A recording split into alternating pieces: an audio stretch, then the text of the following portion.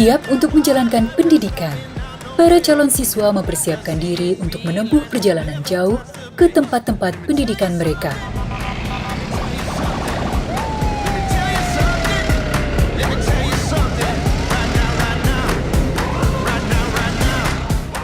.330 calon Bintara berangkat menuju Rindam 3 Siliwangi, Bandung, Jawa Barat. 240 calon Bintara berangkat menuju Rindam 4 Diponegoro, Semarang, Jawa Tengah. 260 calon Bintara berangkat menuju Rindam 5 Brawijaya, Surabaya, Jawa Timur. 130 calon Bintara berangkat menuju Rindam Jaya, Jakarta.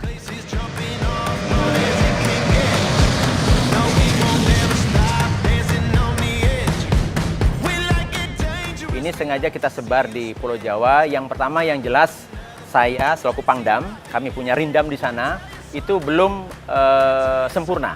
Jadi ada beberapa pembina, pengasuh, pelatih, dan alat alungin di sana, fasilitas sarana juga belum terpenuhi. Sehingga kita titipkan di luar Kodam 18 Kasuari. Itu yang pertama. Yang kedua, tujuannya adalah dalam rangka memberikan wawasan ke adik-adik kita, ya, siswa-siswa ini, ya, agar mereka tahu bagaimana situasi kondisi di luar Kodam 18 Kasuari, sehingga mereka wawasannya lengkap, ya, mereka mengenal Indonesia secara utuh, bukan hanya Papua Barat.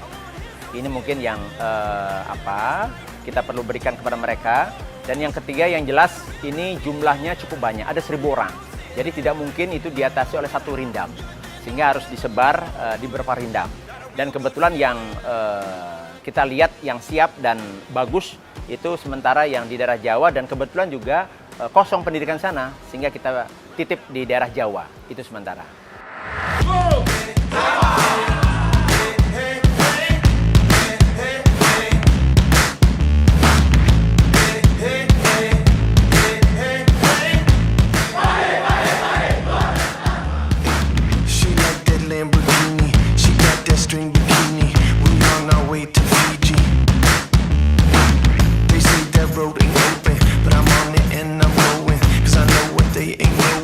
Seperti biasanya, kami punya prosedur, ya, yang sudah diatur dalam sistem pendidikan.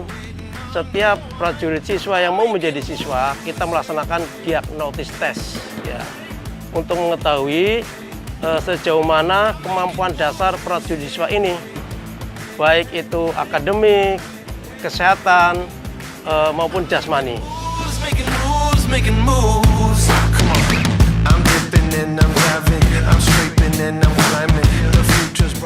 Bintara siswa akan menempuh pendidikan lebih kurang selama 20 minggu, terhitung mulai tanggal 4 November 2020 sampai dengan tanggal 23 Maret 2021, berupa pendidikan dasar keprajuritan.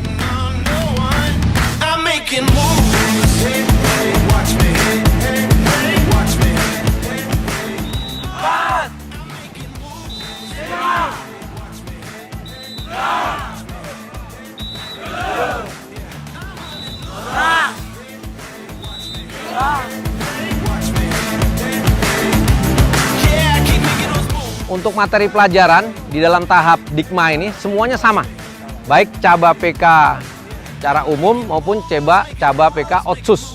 Ini sama materinya, hanya mereka ada perbedaan ketika mereka kejuruan. Nanti di Puslatpur itu khusus yang Caba umum dia dapat materi murni untuk keinfanterian, sedangkan Caba Otsus ini lebih banyak ke teritorial karena mereka akan diarahkan sebagai babinsa di satuannya kelak nanti.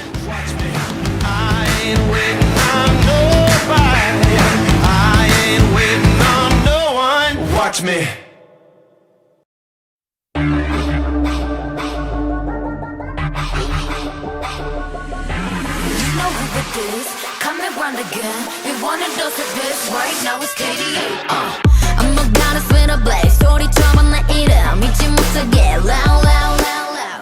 Program otonomi khusus ini membuka juga kesempatan kepada para putri asli Papua untuk menjalani pendidikan militer.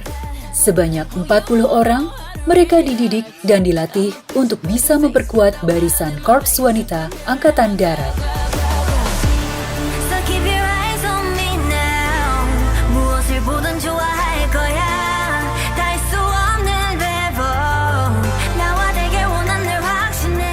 waktu awal kami mendapat informasi mau ada Otsus. Ini saya kumpulkan staf dan yang menjadi calon pembina. Ya, saya sampaikan ini kita ada Otsus yang biasanya kalau reguler itu biasanya ya 2-3 orang lah ya. Sekarang ini ada tambahan 40. Kita sudah tahu bagaimana kondisinya, tetapi saya sampaikan metode yang kita gunakan adalah metode pendekatan kasih. Kasih kalau saya mengibaratkan ibu ya, seorang ibu kepada anak.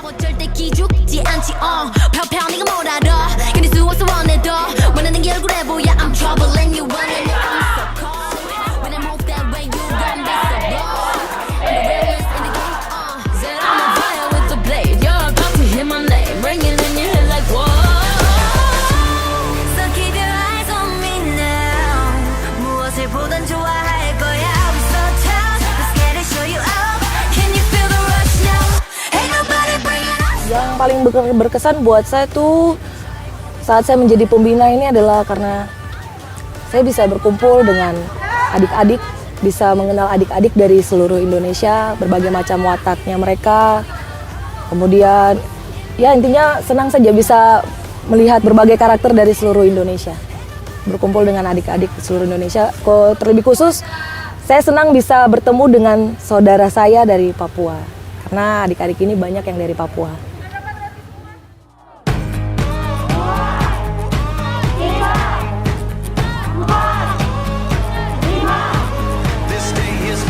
Terbuka seluas-luasnya bagi putra-putri asli Papua.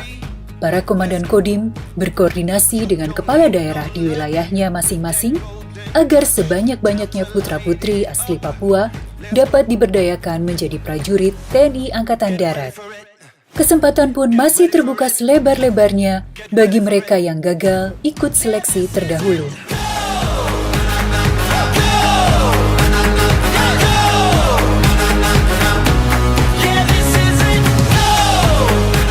Saya pernah mendaftar tentara juga. Saya mendaftar itu sekitar 4 kali.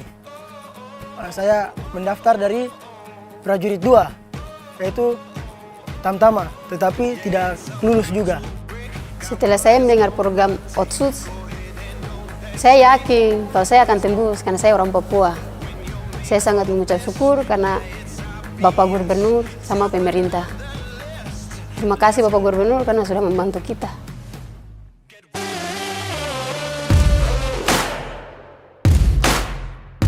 Menjadi siswa pendidikan militer dengan yakin ditempuh dan dengan penuh semangat dijalani. Semangat yang melebihi para siswa pada umumnya karena semangat itu sudah dibangun sebelum mereka menjadi siswa. Menjadi seorang bintara itu tidak gampang. Sangat susah, untuk banyak perjuangan yang harus digapai sampai menjadi seorang bintara ini. Tanpa putus asa, mereka berjuang, bahkan berjuang berkali-kali untuk bisa lulus seleksi. Sampai pada saatnya, mereka menjalani pendidikan. Tidak heran semangat itu semakin meningkat. Jadi para pemuda dan pemudi kita yang ada di Papua Barat ini sebenarnya saya memandang mereka punya semangat juang, jiwa juang itu sebenarnya tinggi.